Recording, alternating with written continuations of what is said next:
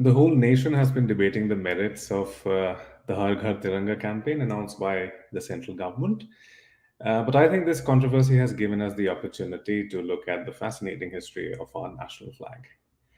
The national flag, the whole concept was actually mooted by the colonial state as early as the 1860s. And what they came up with followed the imperial logic of representing India within the British Empire. And just like the Dominion flags of Canada and Australia, a symbol was assigned for India. That was the star. The Order of the Star of India, which was presented to those loyal to the British Crown, and which at a later date also inspired the logo of Board of Control for Cricket in India, the BCCI, essentially became the flag of India. Star of India flag was what represented India and Indians, not just within the Indian subcontinent, but also outside of it. For instance, if you look at the Indian Olympic team that represented India in several Olympics, they carried the flag of India, the Star of India flag. But the colonial officialdom was not very happy with what they had come up with, and they thought that perhaps this was not representative enough of the country, so they were thinking about other ideas for a flag of India. But all that talk did not result in anything substantial. Therefore, by 1885, the Star of India flag was formalized as the flag of British India. That was also the time when the Indian National Congress came into existence. Now, Indians who were agitating for self-rule, both within and outside of the Indian National Congress, they were not very happy with this flag. And they thought that perhaps India needed something more representative of its diversity. So they started looking for their own symbols. Now, initially, the nationalists, they were looking for such symbols within the Hindu religious iconography. But after a while, it became clear to all agitators that such symbols had very limited appeal. So the search for something larger happened.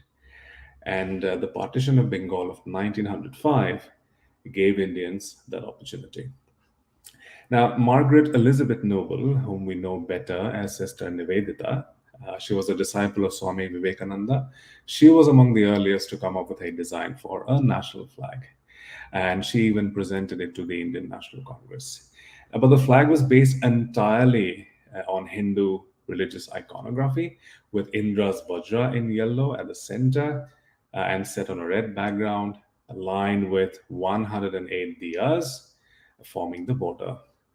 Now, the Congress displayed it in 1906, but there wasn't much enthusiasm about this flag because of the limited appeal of it being set in Hindu religious iconography.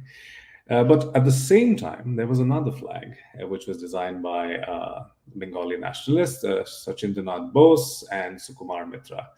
And this was also hoisted in 1906 in Calcutta. That eventually came to be known as the Calcutta flag. And it was the first time a flag with three horizontal color bands, in other words, a tricolor, was hoisted in India. And historians have pointed out that this was the moment when a symbol of the bourgeois revolutions in Europe entered the Indian subcontinent. And so for the French tricolor, for instance, a symbol of the French Revolution, which then inspired other flags when the revolutions of 1848 swept across Europe. So the idea definitely was based on this. So the Calcutta flag had orange, yellow, and green, topped by 8 lotuses or lotus buds, and with Vande Mataram written in Devanagari in the middle, and the sun and the crescent moon at the bottom on the green band of the flag. Now, obviously, nobody really talked about the religious significance of this, but this pretty much represented an inclusive nationalist politics as opposed to one that centered on religion. Now, this flag then inspired other flags.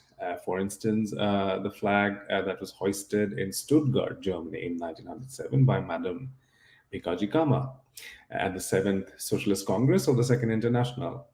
Now, she gave a very powerful speech in which she appealed to all attendees to work for India's liberation and adopt this new flag as a symbol of resistance. So, this was a unique moment in the history of the anti colonial struggle, as for the first time, a flag was used as a nationalist symbol to represent India and the struggle against British imperialism. But at the same time, it was also an internationalist symbol. Uh, it was a banner that was supposed to be used against tyranny and oppression. Now, from this point on, most flags that were designed in India as national flags were tricolors. But there was no single flag that worked as a national flag, and the colonial state continued to enforce the use of the Star of India flag and its variants as India's official flag. By 1921, though, under the aegis of Mahatma Gandhi, because with the coming of Gandhi in 1915, the nationalist struggle had entered a new phase. And by 1921, Gandhi had popularized a new flag, which was designed by Pingali Venkayya. And this one was also a tricolor, and it had white on top, green in the middle, and red at the bottom, with a charkha in the middle, but touching all the three bands. Now, Gandhi spelled out the inclusiveness of the flag. Red symbolized the Hindu community, the Hindus who were the majority. And being the majority community, it was on the Hindus to safeguard the interests of all the minorities. That was Gandhi's reasoning. Therefore, green, which came on top of red, represented Muslims. And white represented, it was a top band, and it represented all the other minority faiths. Now, the non-cooperation movement was still on at this time, and so was the Khilafat agitation. And Gandhi thought that for greater unity and solidarity, the country needed a true national flag that people could embrace and which wasn't a state symbol. Now, Gandhi underlined the importance of a national flag when he wrote in Young India on April the 13th, 1921, and I'm going to quote it for you. A quote, "A flag is a necessity for all nations. Millions have died for it. It is no doubt a kind of idolatry which it would be sin to destroy, for a flag represents an ideal." Unquote. Now, Gandhi's words caught on with many members of the public as well as the rank and file of the Indian National Congress. So in 1922, the Congress cadre hoisted this flag, this national flag, in Jabalpur in the central provinces, even at government buildings. And that led to a lot of noise, and the colonial state was suddenly very jittery. It was even discussed in the British Parliament. And the state authorities were told not to encourage any such symbolism. And so, when the following year in 1923, the Congress cadres decided to hoist the flag in a similar way in Jabalpur, it was resisted by the state. There was some action. But the local Congress units, both in Jabalpur and in Nagpur, they responded with a Jhanda Andolan or a flag satyagraha, especially in Nagpur. Now, this lasted several months and led to many arrests. It was this moment, actually, that turned the Congress flag into something more than that, a national flag, because the news of it spread to other parts of the country where public enthusiasm grew for the flag. And the flag became, and this particular flag became, the most important symbol of anti colonial defiance. Now, there was some resistance as well because Gandhi was forced to delink the flag colors from religious communities, as there was criticism for his action, especially by the Sikhs who thought that the flag was not representative enough of them. They wanted a black band to be inserted in the flag, which would represent them. And Gandhi was obviously he was not very happy, and he wrote about it substantially, and he said that there was absolutely no need to have another band because these three colors, and especially white, which represented other minorities, was good enough to cover all communities. Now, by the time the Lahore Congress session happened in 1929, and it was here that the Purna Swaraj, or total independence, the call for total independence was given. Um, Gandhi was also forced to decommunalize the flag because of all that debate and criticism which was happening. He finally decided to step away from his that communal reasoning, that symbolism that he was stressing on, and he now interpreted the colors in a different way. Gandhi was also forced to decommunalize the flag. He now interpreted the colors as white standing for purity, green for hope, and red for sacrifice. Jawaharlal Nehru, who hoisted this flag in 1929, um, uh, okay, let me say this again. So, Jawaharlal Nehru, he hoisted this flag in December 1929, and subsequently, 26th January was chosen as the Independence Day. So, from 26th January 1930 until 26th January 1947, Congress celebrated it as the Independence Day, and the flag was hoisted as a national flag. Now, it was only at the Karachi session of the Indian National Congress in 1931 that this flag was officially adopted by the Congress. Until this point, even though the Congress had used the flag, it was still not adopted officially. But in 1931, this flag, with some changes, now the flag was redesigned, and you had saffron on top, white in the middle, and green at the bottom. And the charkha was in the middle band. Now, this became the new flag for the Congress, and the symbolism remained the same. And the symbolism remained the same, but the flag meant different things to different people, obviously. But it was Nehru again who ultimately redefined the philosophy of the flag.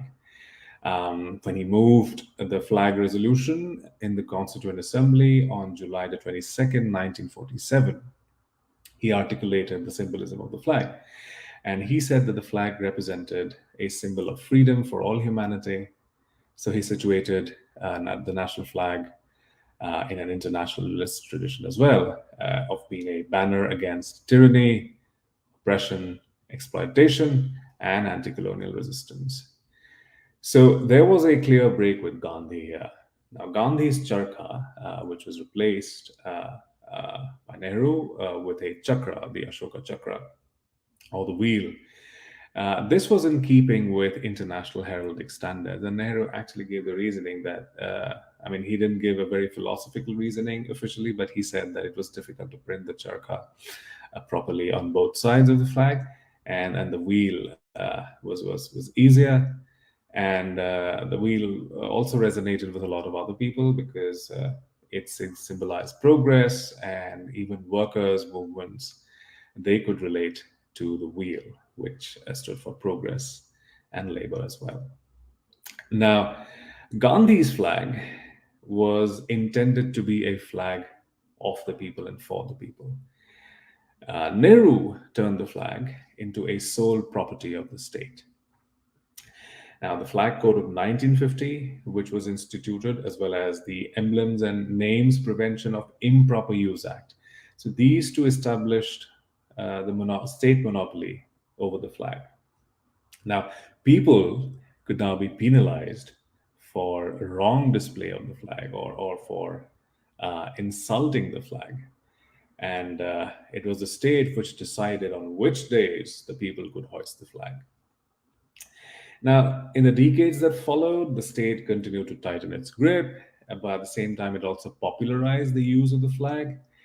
It started loosening its grip only 2002 onwards, when, after a long court battle fought by Congress leader Naveen Jindal, the flag once again returned to the people.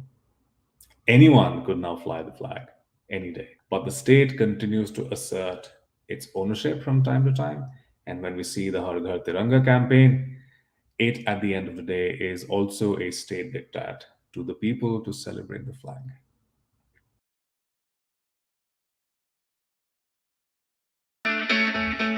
It's great to see you here. Thank you for watching our work.